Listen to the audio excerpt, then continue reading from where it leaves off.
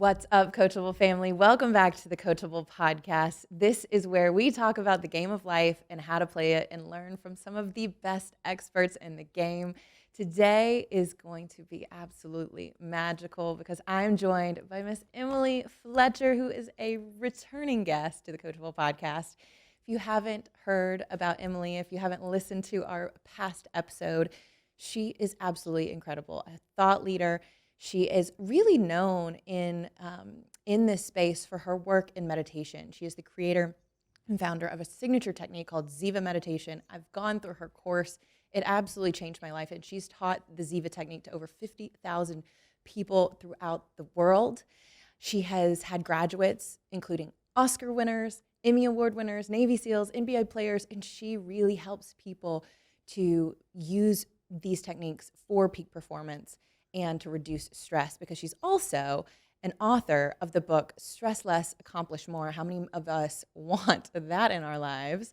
But she's also got a brand new podcast out that's coming out, I think, right around the time this episode is going to be launching, all about why isn't everyone doing this. We're going to get more into that in this episode, and I can't wait to hear what she's got to say, because she's been doing some new work that's around the taboo topic of sex. So we're going to dive into it. Let's get into it right away. Emily, welcome back to the show. I am so glad you're here, my sister, my friend. I wish you were here in studio, but so glad to have you. But also let's celebrate like how far you have come and Mhm. how much the podcast has grown, this beautiful studio. I am celebrating you. And just to Thank you. give listeners a little window in our conversation, you just said like, I have everything I want, everything I need. And I just, how rare is it to hear people really say that? And even if they do have it, to stop and celebrate it. Mm. So I'm really honored to be here with you and excited to dive into these new territories. Yeah, I know. I so enjoyed our last conversation, and you really got me thinking about my own practices, especially around my meditation practice. But I'd love for you to kind of Mhm. pick us up from where we left off. Give people a little bit of background about what you do. If they don't know who you are, what do people need Yeah. to know about who Emily Fletcher is, and what you've experienced in your life to help you become the woman that you are today? Mm. Well, to pick it up where we left off, so I was on Broadway for 10 years. I found meditation. It cured my insomnia. I stopped going gray. I stopped getting sick. And it changed my life so profoundly. I actually legitimately had that thought of like, why isn't everyone doing this? Like, I've always been the type of person that if I find something that works, I want to shout it from the rooftops. And I've had that feeling twice in my life. The first time was with meditation, and I knew I was on the precipice of something really profound for me personally, but also in the zeitgeist. I knew it was going to change the collective. This is back in like 2006, I believe, that I originally learned. And it's hard to imagine, but there was no Headspace or Calm or Oprah Chopra. Like meditation was still weird. Online courses were still weird back then. And so now, cut to, obviously the whole world went through a huge change, as did I. And I'm having that moment again now where my body's like, ding, ding, ding, ding, ding. Like, wait, why isn't everyone doing this? Mm-hmm. And a few years ago, as the world was changing, my whole life was changing, and I discovered something new. And it was like, wait, why isn't everyone doing this? This thing is so good. Mm-hmm. It helps you to feel amazing. It helps you to become a magnet for your dreams. Wait, I got to shout this from the rooftop. And yet, it is one of the topics that is the most clouded in shame, taboo, conditioning, repression, trauma. And so it's not they're not simple waters to enter. It takes quite a bit of preparation, both for me and for the people that you're speaking to. So it's been a fascinating journey and a really exciting one. That's amazing. So take us into that. What was that second moment for you that was like, what did you stumble across that made you stop and say, why isn't everyone doing this? What is that thing for you? What does that new work look like? And how did Mhm. you come to find it? Yeah. So, I've spent a whole career sort of framing meditation as a productivity tool. Mm-hmm. And which, if you look at it, is quite a masculine way of being. It's like, oh, take this rest tool and then use it to make more money and have better sex and achieve more and accomplish more. And I am proud of what I did. I feel very proud of my contributions to helping to make meditation mainstream. And I think that the planet is changing. Mm. I think that the frequency of the planet is changing. I think we're moving into a more feminine time. And that doesn't necessarily mean female, it just means feminine. It means receptive, lean back, magnetizing. And so with that, I'm noticing, all these people are waking up to these new modalities, waking up to these sort of ancient feeling healing practices. Mhm. So as the whole world is changing, I ended up going through a divorce. 3 weeks later, I met my now best friend, who's named Mm. Layla Martin, who happens to be a world-class Tantra teacher. I then moved in with Regina Thomashower, aka Mama Gina, who Mm. has a New York Times best-selling book called Pussy, A Reclamation. Such a good book. And it's such a good book. And I fell in love with an amazing man who lives in Texas. Mm. So I was living in New York, he was living in Texas, and because we were long distance, we had to practice tools and techniques that would help us to be able to connect energetically, even though our physical bodies weren't in the same place. Mhm. So it felt like nature started fire hosing me with this PhD in sacred sexuality. And while, yes, this was very fun and entertaining for my own edification, it felt like nature was asking me, like, hey, Emily, you know that thing that you did for meditation where you took this sort of esoteric thing and you made it attractive and accessible to a mainstream audience? We want you to do that again, but now for this even more potent and even more taboo medicine. Mm. So the actual technique that I have fallen in love with is basically where because I've been teaching mindfulness, meditation, and manifesting for a long time, Yep. but now I found a way to really supercharge the manifestations, and that is through using something that I call creation energy. Yeah. So basically, if you think about your sexual energy, you can create a human with it, right? Like you could create a baby. It's one of the most divine things we can do as a human. And thankfully, every time we reach those heightened, ecstatic, orgasmic states, we don't make a baby Mhm. because, it'd start to get real crowded on planet Earth if that were the case. Yeah. Um, and yet, that level of manifestation, that level of creativity is available to us. Mm. And so, what I've learned is where you can take something that you're manifesting, a dream, something you want to bring into the 3D, and then you hold it in your awareness, and then you start to build that creation energy, you build that life force, that charge, through your body. And then at the moment of peak pleasure, it's like you're dedicating the energy to the dream. Mm. And I like to think about it almost like you're making love to your dreams. Mm. And the cool thing that happens is that then when the opportunity comes, because I do believe that your desires are divinely inspired, then when that opportunity comes, instead of going into overwhelm or self-sabotage, it actually is like, it feels like you're coming home. It's like your cells remember this dream. And not only do they remember it, but they remember it positively, like you're reuniting with an old lover, Mhm. instead of like, oh my gosh, I have to take advantage of this opportunity or I'm going to blow it and I'm going to die alone with cats eating my face. So it's like, if you believe that there's only two frequencies on the earth and one is fear and one is love, Mhm. a lot of us, when we really get to the precipice of our dreams, we get afraid. Yeah. And so one of the beautiful byproducts of this practice that I call pleasure prayer, where you're using your pleasure to pray, is that instead of being afraid of the opportunity, you actually can meet it with love. Mm. This is so interesting because we're talking about this idea of creating something new, a new reality, a better future, a better world for ourselves, for our children, for all of us to exist in, and that's less dense, less heavy, less shameful, like that feels more free and light. And it's sometimes when I think about that world that I want to live in, sometimes when you look out at the news or social media, you're like, how are we ever going to get there? I mean, we can't even talk about sex without slut shaming or talking about your body count or what that means and what, who you've slept it with and there's so much fear and shame around these things, especially just like even growing up for me as someone who grew up in the Bible Belt of the South. Like these were things that were so shameful that you hid, that you did not talk about, that you weren't taught Hmm. about. And you sort of discover on your own, whether that's in school or through porn or whatever. And now you're talking about an entire different way of thinking about our pleasure and our sex, like our sexual energy as Hmm. a sacred act, as a holy act Yeah. that also can birth a new reality, not just using it to create babies, but to create something new entirely and a new way of being and a new way of experiencing ourselves in the world. Can you just maybe start by talking about the fundamentals of manifestation in general? Because one thing you said that really stuck out to me, and one of the things that I really make an effort to do on this show is to help people develop and create lives that feel as good as they look.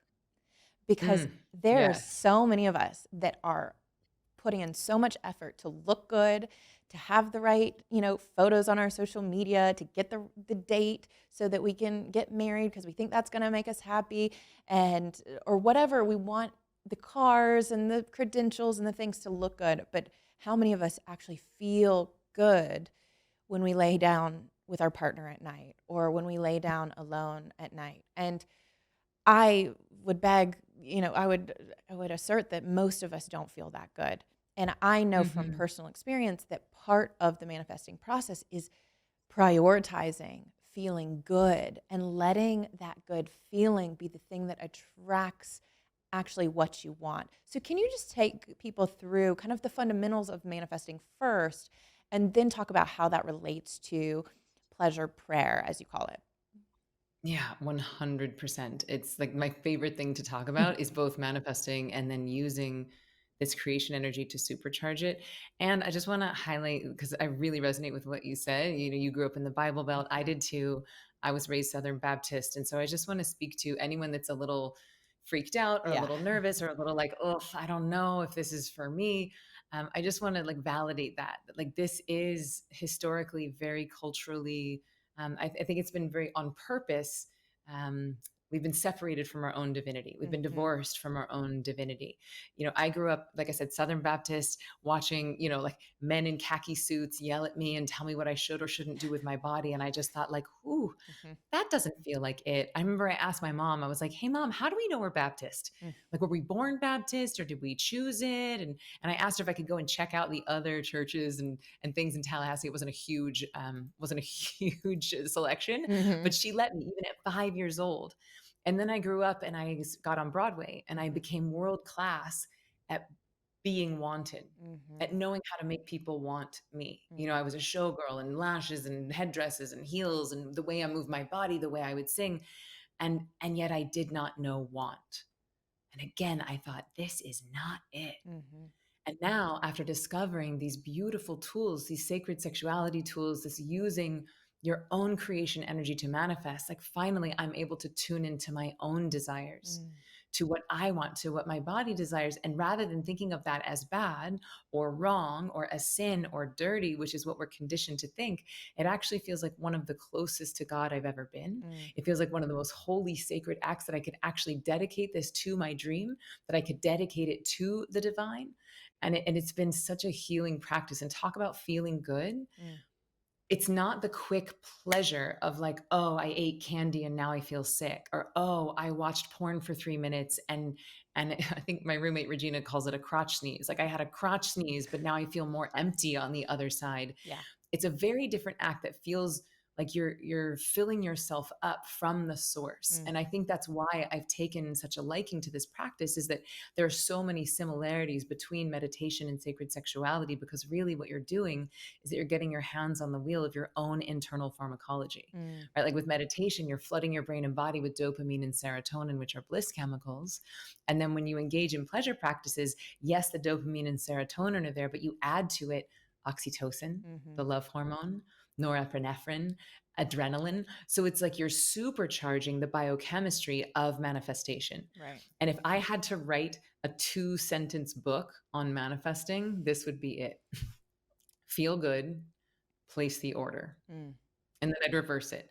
Place the order, feel good. Feel good, place the order, place the order, feel good. Feel good, place the Good. order, place the order, feel good. And it's so simple, but that doesn't make it easy, because feeling good is not about putting a happy face sticker on an empty tank of gas or putting a happy face sticker on top of a gaping open wound of unhealed trauma, Mhm. right? Like to feel good sustainably, reliably, and honestly is usually a lifetime of work. Yeah. And then to have the bravery to place the order, Mm. you know, to even be clear enough and be able to listen to yourself, to nature.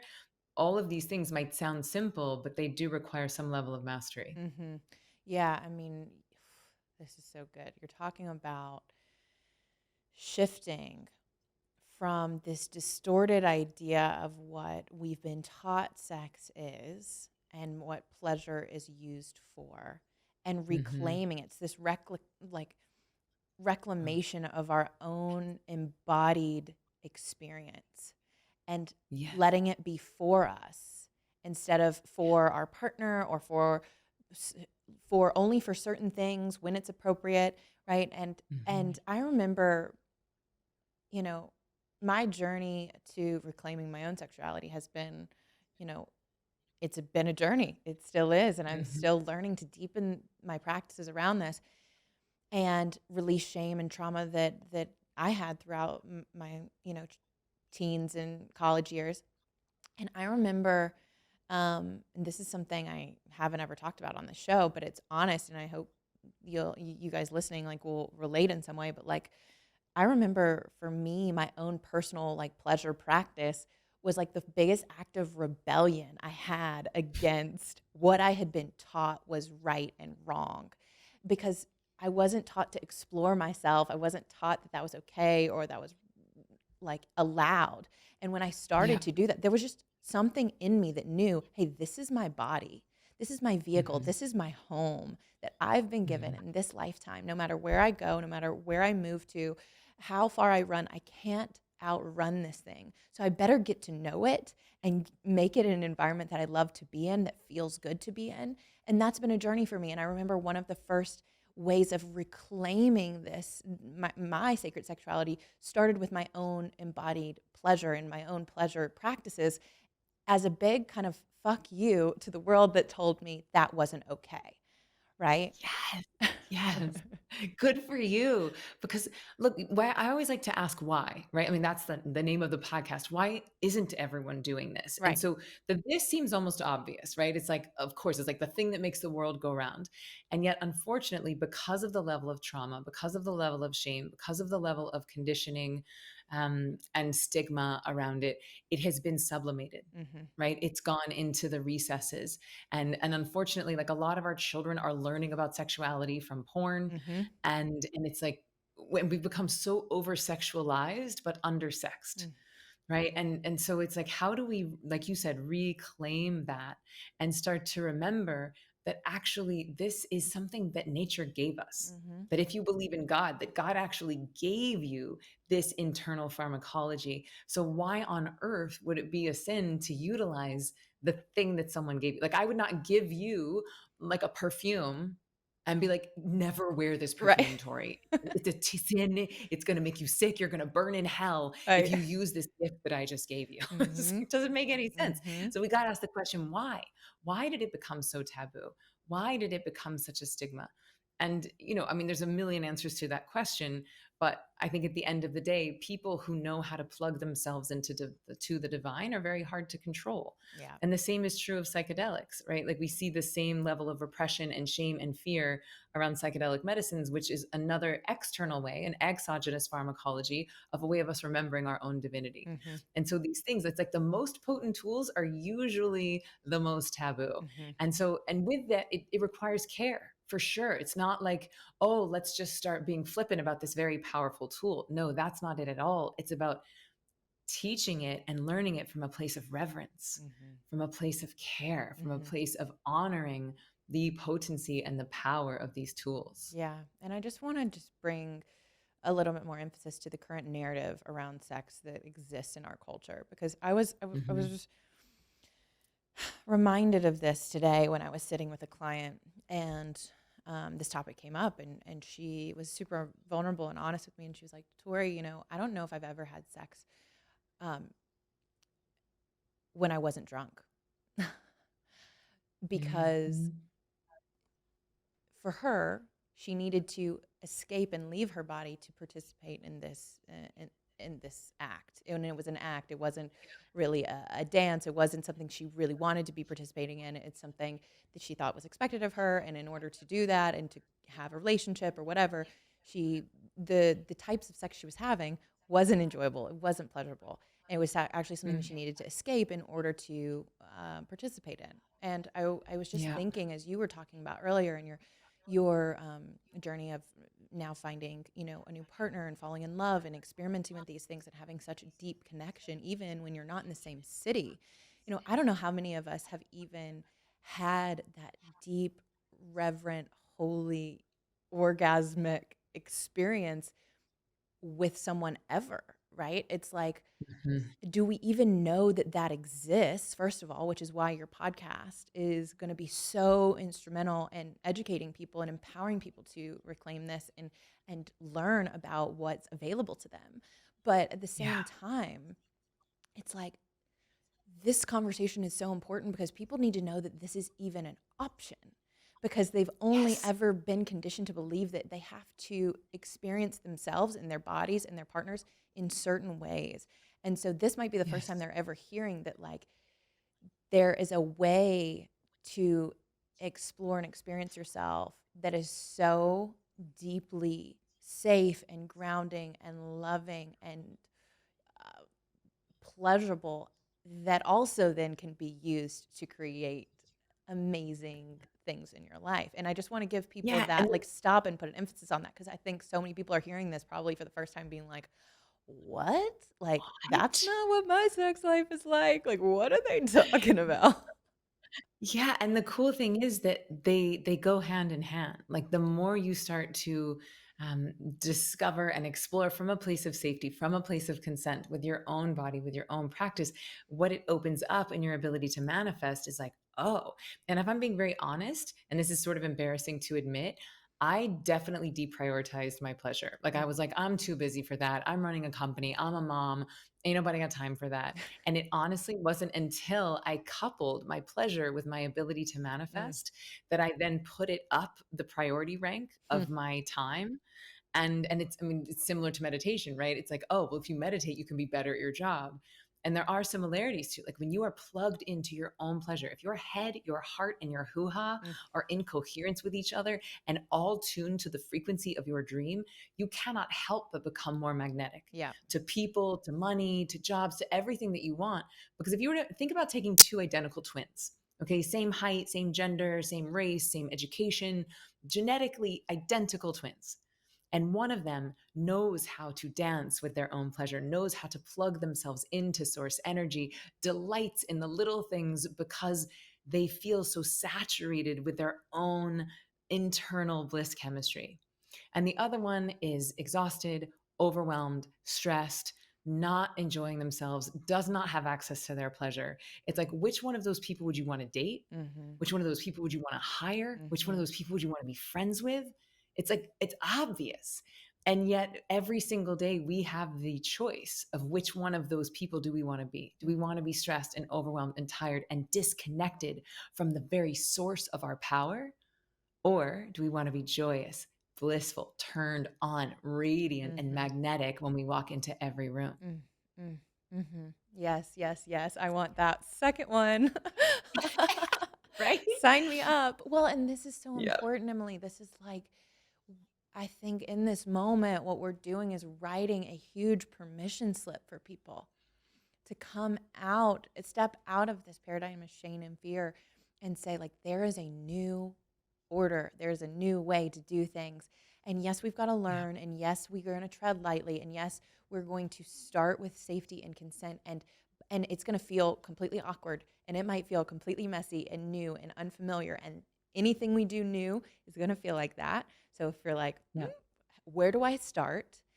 Where Yeah. do you tell people, like, where, if someone is like, Mhm. okay, I want to up level my sex life, my pleasure, my manifesting, my productivity, Mhm. whatever, I want to tap in to my own internal pharmacy and feel better in my body, Yeah. where do you tell people to start? Okay, so I'll give some tools and tips right now so people can just like start practicing because I'm so lit up about this that I literally want people to finish this episode, rate it, review it, leave us an amazing, show it on your Instagram stories, and then go lock yourself in the bedroom Yes. and maybe put on your favorite playlist. Okay, and I Mhm. actually have some awesome playlists. We're at Zivalicious on Spotify Heck if you yeah. want some fun I do, playlists. because I was singing. You should have heard me before we started recording. I was like, "We're talking about sex, baby. We're talking about," and then I completely forgot the words, and they were all laughing at me. So I was like, "I need to get a better sex playlist." So I will be tuning Oh in on yeah, Spotify. I got you covered at Zivalicious on Spotify. I love that.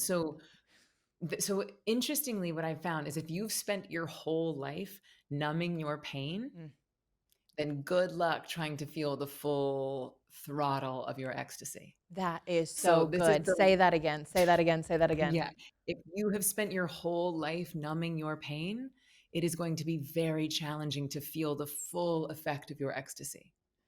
Because and look at it, we've been trained since infancy. Shh, shh, shh, shh, don't cry, have a bottle, have a toy, have an iPad, have a car, have a coffee, have a pot, have some booze, have some pills, but don't feel. Mm-hmm. Whatever you do, don't feel, because when you feel your feelings, it makes me feel uncomfortable. Yep. So I need you to shh, shh, shh, shh, because I actually don't know how to regulate my own nervous system. And this is parenting right now. Okay. We're just telling our kids to shut up and have an iPad and have some Adderall, but we're not actually trained on how to hold space for our kids. So we have generation after generation that does not know how to feel our own feelings or hold space for someone else. So this is the least sexy part of this work. Okay. This is the least sexy part, but probably the most therapeutic and the most healing is that we got to practice feeling our feelings. You know, and my favorite Glennon Doyle quote is that feelings are meant for feeling. And it's like we're all trying to think our way through our feelings or problem solve our way through our feelings. Instead, we just need to treat ourselves like a toddler and like have a good cry and maybe a nap. And so part of that I would recommend, and Regina has amazing tools for this, where you like put on a rage song and you just rage it out, put on a sad song and you cry it out. But interestingly, you're like clearing the channel. Right. So if you're going to actually start to practice pleasure prayer, it's like stop. I would do a Ziva meditation practice. So drop into your own heart, get still, listen. Hey, nature, how would you love to use me? What would I love? And then just see if an image doesn't pop in, see if some sort of a dream doesn't show up. And then you want to clear the channel. And oftentimes we do that by naming or moving or releasing anything that's stuck. And honestly, I would recommend that people start on their own before they start this in a partnered practice, because there's so many new variables. Like you said, most of us think of sex as just like whatever, this thing that we do to cross a finish line, or we're using porn, or it's like a means to an end, versus really savoring and celebrating the act itself and using it almost as a mindfulness practice to bring such attention and awareness to the sensation that's happening now, versus fantasizing about something away from the here and now. So we hold the vision and then we clear the channel. So whatever's coming up for you, if you feel tired, if you feel angry, if you feel sad, if you feel numb, like whatever is becomes the portal. And then you're going to find that once you've practiced feeling those feelings, that you have a lot of spaciousness left. It's like you've become this empty vessel, and nature does not like a vacuum, right? She will fill it with something. And if you are being intentional and present in your body, then you get to choose what you want to fill yourself up with. And then I recommend that you choose to fill yourself up with this pure creation energy. And that could look like you could dance, you could lightly caress yourself, you could actually engage in a self-pleasure practice. But it's like we want to practice slowing down, listening, feeling, smelling, seeing, like actually bringing all 5 of our senses to the party. And even that can be a revolutionary act in a day and age where we're all living in this virtual reality and looking at other people's things through a 2D screen, that actually savoring all 5 of my human senses. You look, the robots are coming. Okay. The age of AI is here. And guess what they can take away from us? They cannot take away our ability to feel good. They cannot take away our ecstasy. They cannot take away our bliss. No one can outsource your own physical pleasure. And it actually turns out that it's the key to getting everything that you want. It's so true. It's so true. And I love that you gave the tip to connect to all 5 senses, because what I imagine is a struggle. I know is a struggle for so many of us, not just in the bedroom or when we're alone with ourselves or with our partner, but in life in general. It's just getting out of our own heads. And I know this is why Ziva is so amazing for that, because it helps people to drop out of the mind and connect with the heart, because the heart is what feels and knows. And we can't know and feel, we can't feel our feelings and know the truth of who we are and what we need and how to take care of ourselves and what feels best if we are up in our heads thinking about it. We have to drop in, and connecting with your 5 senses is such a great way to just start that journey from the head into the heart and into the body. Yes, and thank you for highlighting that because that's actually the first thing that we teach inside of Ziva. So the course you did Ziva online, the very first tool. So we teach mindfulness, meditation, and manifesting. And that's probably the thing I'm most known for. But the mindfulness is really a tool. I would define mindfulness as the art of bringing your awareness into the present moment. Mhm. And so rather than what most people think meditation is like clear the mind, focus, pretend nothing is there, pretend you're deaf, pretend you're blind, pretend you're in a black chamber alone, but that's not it at all. Like in Ziva, we actually like say pull the lens back, include everything inside of your experience, practice simultaneity. And the very first tool we teach is come to your senses, Mhm. which is simply, hey, what are you hearing right now? What are you feeling right now? What are you seeing? What are you smelling? What are you tasting? And then from that place of presence and acceptance, we surrender into the meditation. Mhm. And I actually will say, I just heard someone say recently, like, hey, I wouldn't even recommend that someone starts practicing Tantra until they've been meditating for 10 years. And I was like, Wow. whoa. And I was like, I mean, I'm not advocating for that. I think people should start practicing sacred sexuality right now. Yeah. And it spoke to me of like why I've taken to this. It's like I had been tilling the soil and had fertilized the soil for 16 years so that when these seeds dropped in, I was like, oh, this really makes sense to me because I was so connected to my body. I had spent so much time eradicating the backlog of stresses through the meditation practice that it allowed me to just take to the tools very quickly. Mhm. And to speak to what you were talking about, the five senses, this is a great mindfulness tool. So if you're feeling stressed, or even if you're getting ready for a date, or if you're having a date with yourself, just coming back to like, what am I hearing? What am I feeling? What am I smelling, tasting, and touching? Mhm. Like really, it's a trick almost. It's like you're giving your monkey mind something to do. You're giving the toddler a toy to play with, to take it away from your taxes and your boss and your quarterly goals and all that. And it's like, oh, here and now. Mhm. Here and now. Our bliss exists in one place, and that's inside of you. It exists in one time, and that is right now. Mhm. So, if mindfulness is the art of bringing your awareness into the present moment, then we're very much increasing our ability to experience that bliss and pleasure and eventually ecstasy.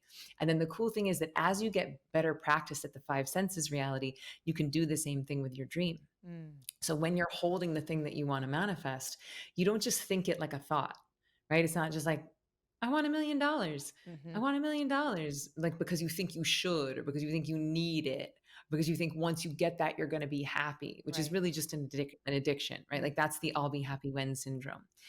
But instead, it's like if like abundance is the thing that you're manifesting, and let's say no judgment, if $1 million is the thing that you're calling in, great, I support you in that. But the trick is like, what would that sound like? Like at the moment that that dreams come true, where am I? Mm. What am I listening to? Am I listening to my favorite song, celebrating, seeing the numbers in my bank account? What would it look like? Is someone with me? Are we popping champagne? Am I looking at the screen of my bank? Am I, rolling around on a bed of cash? Like whatever it is, what does it look like? And what does it sound like? What does it smell like? But most importantly, what does it feel like? Right.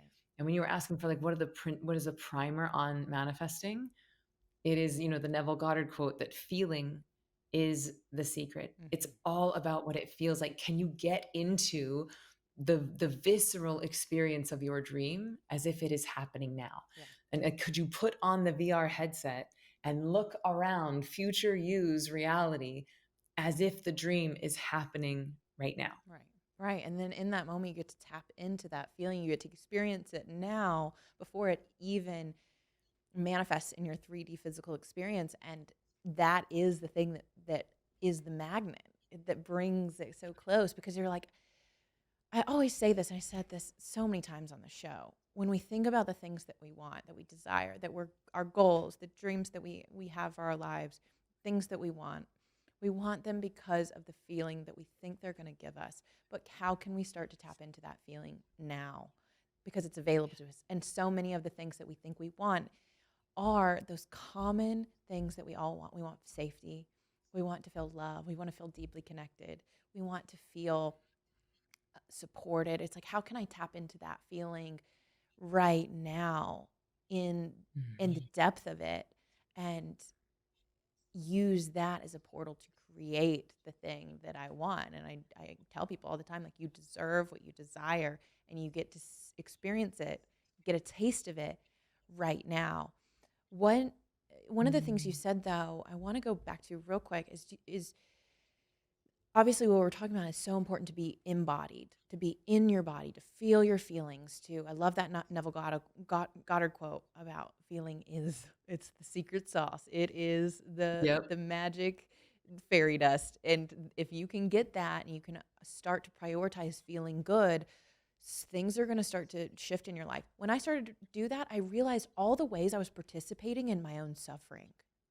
Emily, yo, this was such a breakthrough for me when I was like, why would I neglect myself from feeling good? Why would I not go to the gym? Why would I not move my body? Why would I not dance? Why am I preventing myself from feeling amazing? Like, and I am Yeah. participating in my own suppression. I'm suppressing myself. No one's doing this to me anymore. Like we can say it's culture, it's God, or it's the religion, or it's it's the Republicans or the Democrats. You know what I mean?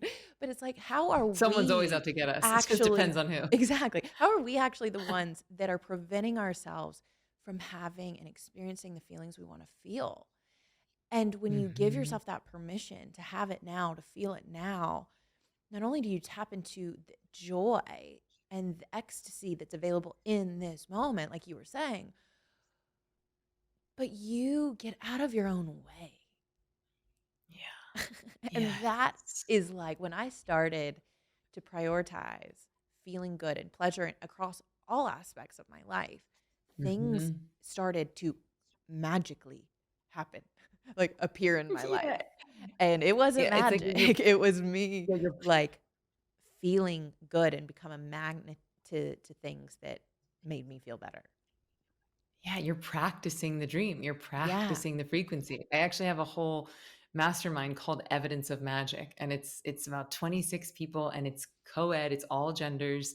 And a lot of them are so straight laced. Like we've got military folks, we've got someone who just sold a defense company, a mother of 10, Mm. like really like not your typical like, oh, I live in Tulum and practice Kundalini. Like it's not that archetype. Right. It's people that are very straight laced and never done like medicine work before, and they're showing up for the first time ever, like prioritizing their pleasure Mm. and recognizing how like truly magical it can be. And so Mhm. it's called evidence of magic because my big hypothesis is, to speak to what you said at the very beginning of the podcast, is that if we can get enough people, if we can get a critical mass of people subscribing to this idea that, hey, somewhere along the way we got divorced from our own divinity and it's time to reclaim it. It's time to remember that nature actually gave us these tools, and now we want to use them to birth a revolution that does not require a revolt. Mhm. Like, I think we don't want to fight against the old paradigm. We do not want to go to war with the forces that have created this sort of uh, let's just say out of tune reality that we're living in right now. Instead, what I'm interested in is tens of thousands, hundreds of thousands, millions of people birthing a new reality with their own creation energy, Mhm. of being brave enough and bold enough and imaginative enough to actually ask the question, like, what world would delight me to live in? And that starts from, what would I like to do with my morning routine? How do I want to feel? Do I want to move my body? How do I want to play music while I make breakfast? Or do I just want to like wake up late, run to the coffee machine and like struggle my way all the way to work? And with this promise of like, I'll be happy when I get a raise, when I make $1 million, when I meet my person, when I get divorced, and then ultimately you're dead. Mhm. So it's like you're either going to prioritize pleasure right now. You either have access to your bliss right now and then you infuse that into everything that you do, or sometimes people make it to the grave and never make that discovery. Yeah. And so what I'm interested in is like, how many people can we plug into their own energy? And then dream case, like truly the vision that I keep having is tens of thousands of people climaxing at the same time and holding a collective vision for the species and for the planet. Mm. And when people are like, Emily, that's crazy, I'm like, well, what seems crazy to me is letting the bus drive off the cliff. Right. Which is what we're doing right now. It's not working. Yeah, It's like that's not where we're heading. working. Like, I don't think like inviting people to feel good in their own, in the safety of their own bodies is really that radical. Sure. I mean, obviously there's a whole nother podcast we could get into around if the world's ready for that, when we're ready, the ways to step our way there. And I think it starts with us. It starts with our personal practice. It starts with reclaiming it for ourselves, empowering ourselves, living from our divinity every single day, letting our lives be the example of what we can create when we are grounded and we do know who we are and we do know or what that we are one with the divine. Like, I think it starts there. Right. And I'm curious, like, for your group and the people that you've been doing this work with, what are some of the results that people are getting from using some of these Oh techniques? my. Thank you for asking that. So there was one man, he's mid-30s, white, straight, firefighter, like just so not who you would think would be on this retreat with me. Okay, and we had just done this like group pleasure practice, and I was inviting them to sort of like feel into the opposite gender, which is probably like honestly the weirdest, edgiest thing that we do. And afterwards, he sat up and he was like, I just felt what it was like to have like, like an energetic, like female hoo-ha. And then he was like, and I loved it. And then he felt like he energetically conceived his unborn daughter. And so he Wow. felt the profundity of what it's like to carry a child. And I was like, ladies and gentlemen, this is what the crumbling of the patriarchy looks like. Mm, It is not going out swinging and women trying to be like men. mm, It is it is all of us remembering the divinity of all genders. mm, And actually, as we move closer and closer to the divine, the soul has no gender. God is genderless. It would mm, be absurd to try and gender God. mm. And yet we've sort of made it this patriarchal white man with a beard in the sky judging you for masturbating. Right. And so it's like, wait a minute, like how do we blow open that mythology? Because the mythology really matters. It impacts how we see ourselves. Hmm. If there is no defined feminine in your mythology, then how are you going to be able to see the divinity inside of yourself if you are a woman? So there's a lot of things at play here. So that was one. That moment was really big. Another man who was there, a man in his mid 60s, and he said that this work has totally transformed the way that he communicates with his wife, the Mm, way that he raises his daughters, and that instead of coming to them from a place of like, you have a problem, I'm going to try and solve your problem, that he's actually, because he's learning how to hold space for himself, he now knows how to hold space for his wife and his three daughters. wow. And he's in his 60s. So it's like this whole generation could have gone a cycle of this propagation of, I'm not going to hear you, I'm uncomfortable with your pain, so I'm just try and fix it for you. Hmm. And instead he is choosing to break that cycle with him. I had a client this morning, she's in her late 50s, and she said that so far she'd never had an orgasm with a partner. Mm, She'd only had an orgasm with herself, but she's starting to like break that seal open. Like it's starting to get closer than ever with her partner, which feels really exciting. yeah. I've had people, honestly, they're just being so brave. Yeah. Like they're demonstrating such bravery by moving into these taboo topics. And look, if you're willing to pleasure yourself in a room full of strangers, like it's then like presenting at the board meeting on Tuesday is like really not that scary, So it's like as they've proven to themselves their own resilience, they then have this level of confidence when they move into the rest of their lives. Yeah, I think I mean, it's such an amazing opportunity for people to find healing for themselves, but also, like you said, this is the way that we really restructure the world, and the patriarchy starts to come down, and we can lead better, healthier, more full, vibrant lives. We can feel better. We can have families that feel deeply connected and understood by our parents and our kids, and where we want to be more like them instead of being like this story being, I never want to do what my parents did to me, I never want to be like that, right? It's creating Yeah. this wholeness and this beauty and this healing. And so for those who are listening and they want more of this, they're like, I this is all new to me, I'm not 100% sure about this, but I'm curious. I invite you to Mhm. follow your curiosity over to Emily's new podcast, all about why isn't everyone doing this? Emily, tell us about the podcast and what you have going on, what people can expect to hear there, why you're excited about it as we wrap up today. Yeah. So truly, like those 2 moments in my life where I asked that question, "Why isn't everyone doing that?" It changed my life, but I was also on the precipice of something that was changing the world. And Mm, so, being in this work, in this healing modality for the past 16 years, I've had access to truly some of the most gifted healers, some of the most innovative thought leaders, high priestesses, doctors, scientists. And so I'm inviting them on the show and asking them that question. Hey, when was the moment that you thought to yourself, this is so good? Why isn't everyone doing this? And then they get to share their passion. They get to share these healing modalities. And then they also get to share the why, so that we understand why many of these tools have not been made mhm. mainstream, why we haven't had access to them, so that some of that old shame or conditioning can start to fall away. Yeah. So there's topics like, why isn't everyone playing?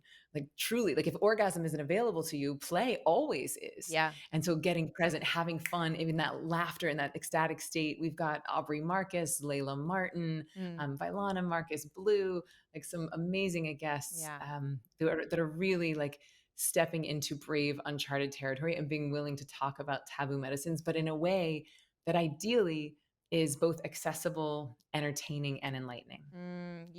Girl, that sounds like the show for me. I'm going to be tuning in. We're so excited. I'm so proud of you. Congratulations for Thank birthing you. this new, beautiful thing that I know is a byproduct of you doing this work. And I Mm. can't wait for you to share that medicine and the magic with the world. So I hope those listening will go over, follow, subscribe, listen to Emily's show. And please also just make the little plug for Ziva meditation. I want people to know if Yeah. you want to begin the journey out of your head into your heart, into your body, you want to understand the fundamentals of mindfulness, meditation, and manifesting. I promise you, Ziva meditation is where you want to start. It's where I really understood for the first time what meditation is and how I can use it instead of it being so much work. Instead of feeling like it was something I needed to perform for and do, and am I doing it right? Am I doing it wrong? The way that you teach this course is so, so, so well thought out. And I have had such incredible shifts personally since going through it. So, can you tell people where they can also get more information about that? Yes, and thank you for sharing your experience. So, Ziva Online is probably our most popular and most fun course, where you do learn mindfulness, meditation, and manifesting. And it's only 15 minutes a day for 15 days. And then once you graduate, you have these 3 ancient technologies to take with you for life. Mm. So there's a whole masterclass. I'd love to offer it to your audience for free. And they can go to zivameditation.com/podcast, and then they can learn all about it. And I think I'm sure there's a link you can pop into the Yep. into the notes as well. And then once you graduate, you have access to a lifetime of follow up. Mm. So truly, it's I'm so passionate about it. And the thing is that if you start with the Ziva technique, it is going to prime the way for all of these other modalities. Like, it's going to make everything, the feeling of your feelings, the accessing of your bliss, the ability to even hear what it is that you want to manifest, all of that gets so much easier when you have a daily Ziva practice. Yeah, I would 100% agree. I highly recommend that be one of the first places you start. Also, make sure you go follow Emily on social media. I know you're doing big things on Instagram. Tell people where they can find you Yeah. online. Yeah, so we're at Ziva Meditation on all the social platforms. So just at ZIVA Meditation. And I'd say Instagram's our most active, but we're all over. We're Yeah, everywhere you want to be. amazing. Emily, thank you so much. Thank you for your wisdom, for your Mm. medicine, for your work. Thank you for being brave and being an advocate for our own sovereignty and divinity and taking our power back and enjoying our lives and creating lives that feel as good as they look. That is what we do here on the show. And my friend, I Amen. just appreciate you. Thank you for spending time with us today. I hope you guys got so much out of this episode. I know I did. And I can't wait for more. This is the show where we interview some of the best experts in the game for mental health, wellness, spirituality, entrepreneurship. This is where you want to be. If you love this show, please do me a favor, rate and review. Leave us a 5-star review. It's the best way you can say thank you, and share this with a friend. I love you guys. Go be coachable this week. We'll see you next week on the Coachable Podcast.